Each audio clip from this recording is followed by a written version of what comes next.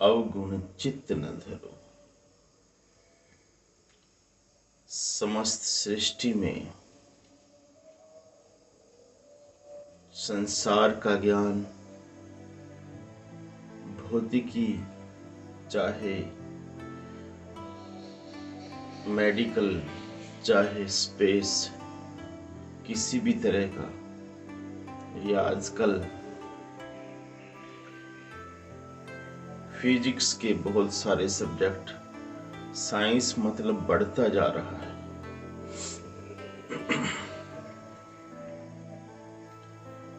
लेकिन समस्त तरह की नॉलेज केवल सुविधाएं और बुद्धि को बढ़ाने वाली है। नॉलेज कारगर हुई है इंसान के लिए, नॉलेज ने काम किया है, नॉलेज इसकी सहायता में खड़ी रही है, लेकिन केवल बुद्धि की बढ़ोतरी के लिए और सुविधाओं को बढ़ाने के लिए। रही बात उसकी जिसे इस संसार में आनंद का स्रोत कहा गया है, आनंद का सोमा कहा गया है, उसके लिए, उस तक पहुंचने के लिए, उसके बारे में जानने के लिए बहुत ही कम रिसर्च और बहुत ही कम जानकारी हुई है। पुराने ऋषियों ने, संतों ने, या कहो कि आज की लाइन में रिसर्च करने वालों ने कुछ बहुत ज़्यादा नहीं पर थोड़ा सा इस बारे में खोज की है। कुछ महापुरुषों ने खोज की बजाय उससे एक हद तक वातावरण में ढलने का, वातावरण को और उस समय को, इस तरह का, उस जगह को, उस माहौल को बनाने की कोशिश की है, क्योंकि वो जानते थे कि इतना बड़ा स्पेस, इतनी बड़ी सृष्टि और मैं, दोनों में कोई मेल नहीं है।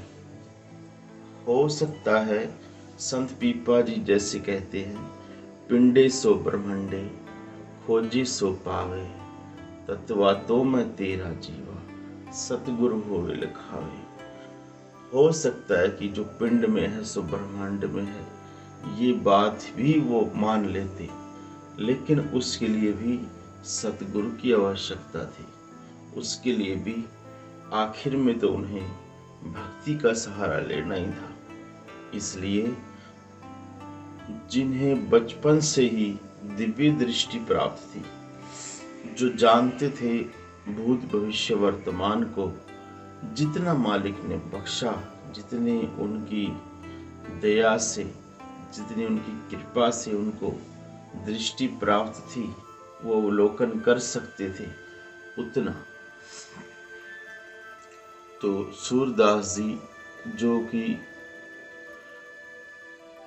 थोड़ा बहुत ऐसा था कि बचपन से ही समझते थे और जीव मात्र के कर्मों को देख सकते थे, और जो भी होता है, हो रहा है और लगभग होने वाला है, उनको आभास हो जाता था। उन्होंने अपने एक शब्द में कहा है कि ब्रह्मांड की इच्छा तो मैं तब करूं जब मेरी ये बात पूरी हो कि जहां मैं खड़ा हूं और जो मैं देख रहा हूं, देख क्या रहा हूं, अंदर की आंखों से जो मैं देख रहा हूं वो सब सार्थक तो हो।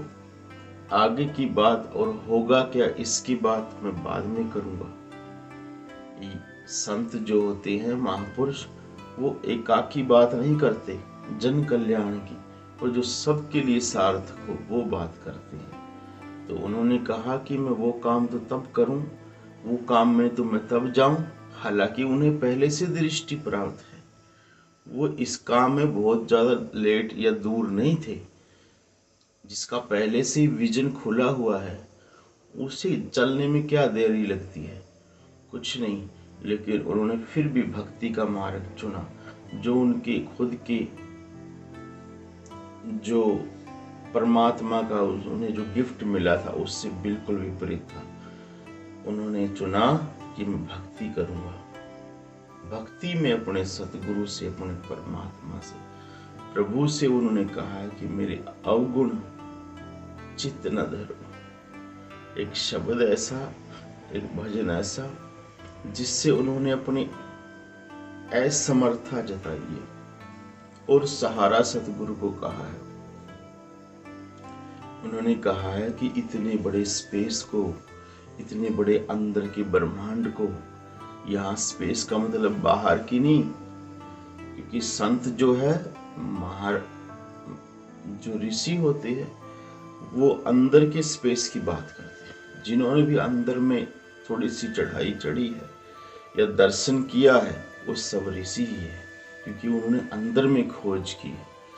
तो वो अंदर के स्पेस की बात करते हैं, अंदर के चिदाकाश और गगन मंडल की बात करते हैं।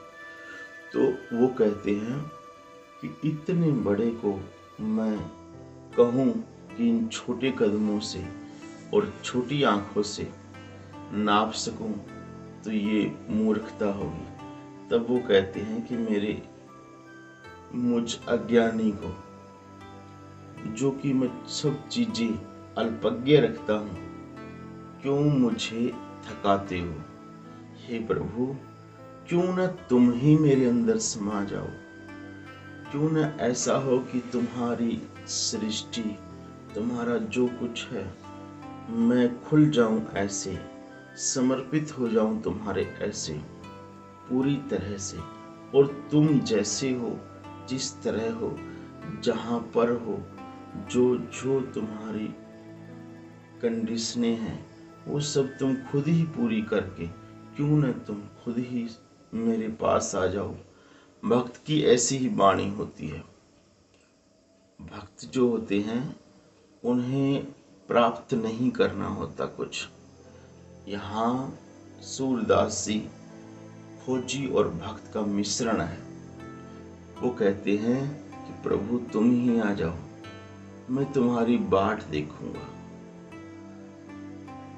मेरा तुम्हारे बिना काम नहीं सरेगा। वो कहते हैं कि होंगे वो ज्ञानी लोग और वो खोजी लोग जो तुम्हारी खोज करते हैं और रात दिन बैठते हैं भजन में और तुम तक पहुंच जाते हैं और शायद तुम्हें प्राप्त भी कर लेते हैं। लेकिन हे प्रभु, मैं तो तुम पर ही आश्रित हूँ। मैं केवल वातावरण बना सकता हूँ, केवल मैं उस माहौल को तैयार कर सकता हूँ जो मेरे हाथ में है। और हे प्रभु, आना होगा तुम्हें अपने सब कुछ लेकर, चाहे तुम निर्गुण हो चाहे सरगुण हो, चाहे तुमने सृष्टि बनाई है चाहे अपने आप बनी है, चाहे तुम मुक्ति के दाता हो चाहे भक्ति के दाता हो, चाहे तुम्हारे बहुत सारे हाथ हैं चाहे कोई भी नहीं है, तुम दिखते भी नहीं हो, चाहे तुम ग्रंथ संतों ने अच्छी तरह से बिल्कुल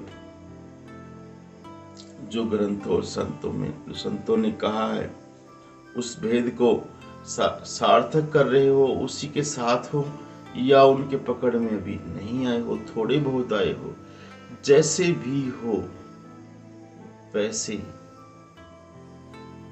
बस मैं तुम्हारी बाट में हूं। तो वो एक ऐसा तैयार करते हैं, जैसे साइंस कहती है कि वैक्यूम अगर जहां तैयार है और वैक्यूम के साथ ही अगर खुद एनर्जी प्रकट हो आसपास भी, तो वहीं से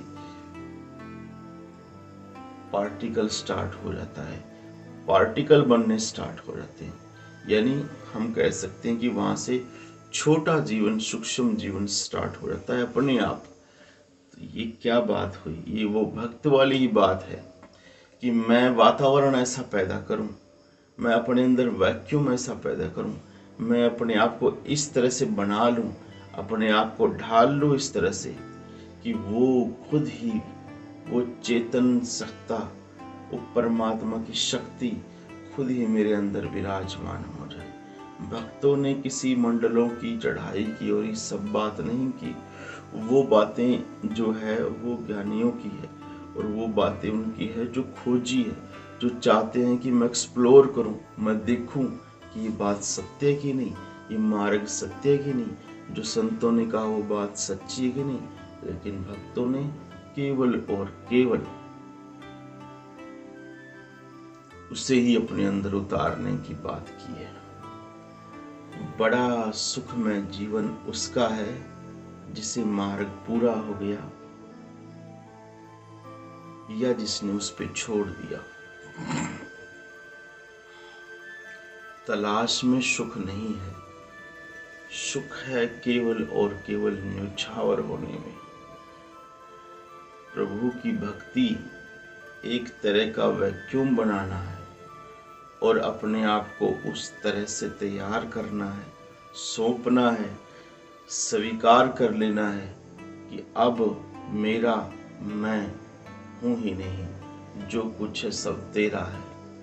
ये जो बातें सूरदास जी की हमने ली है वो इसलिए कि बहुत महापुरुषों ने, यहाँ तक गुरबाणी ने और बड़े बड़े स्वामी जी ने और बहुत सी बड़े बड़े महापुरुषों ने उनका गुणगान किया है, इसलिए कि वो नेत्रहीन होते हुए भी सब दृष्टि देखते थे और दिव्य दृष्टि उन्हें प्राप्त थी। और फिर भी ये मेल देखो कि जो अंदर से आपकी सब जानते हैं, आपको यहाँ ध्यान रहे, जिसकी दिव्य दृष्टि खुली होती है वो आपके चक्करों को जानता है, आपके ओरा को पढ़ सकता है, आप कहाँ तक भक्ति करते हो ये पढ़ सकता है, और आगे तो पूछो ही ना बस। तो जो यहाँ तक जानता है, यहाँ तक जिसको समझ है और जिसकी दृष्टि खुली है, साफ देख सकता है, वो भक्ति का मार्ग चुनता है। वो सब देखने वाला और अंदर की आंख वाला सजाखा जिसको बोलते हैं, बाहर की यहाँ मैटर ही नहीं करती और बाहर कितना कुछ देख भी नहीं सकती, वो अंदर की आंख वाला और असली जिसे बोलते हैं सजाखा, वो भक्ति की बात करता है, वो समर्पित होने की बात करता है और वो प्रभु के प्यार की बात करता है। ये कितनी बड़ी महानता है जिसमें रियल में अनुभव और फिर भक्ति दोनों सार्थक हुई है। कमाल की बात है। तो इस तरह से हमें सीखना है, उन महापुरुषों से प्रेम सीखना है, भक्ति सीखना है, और वो जो चीज हम पाना चाहते हैं जो उनके पास ऑलरेडी है। कमाल है। ये सब हमारे लिए उदाहरण है, एग्जाम्पल है कि ऐसे ऐसे संत महापुरुष जो कि पूर्णतः से डेडिकेटेड थे, समर्पित थे अपने मार्ग को। हमें भी ऐसे समर्पित होना है और रुकना एक पल नहीं है। कोई किसी तरह का हमें लोभ लालच रोक नहीं सकता, क्योंकि अब के छूटे नहीं ठिकाना, दिन दिन चौड़ा होए पुराना। बहुत बहुत धन्यवाद।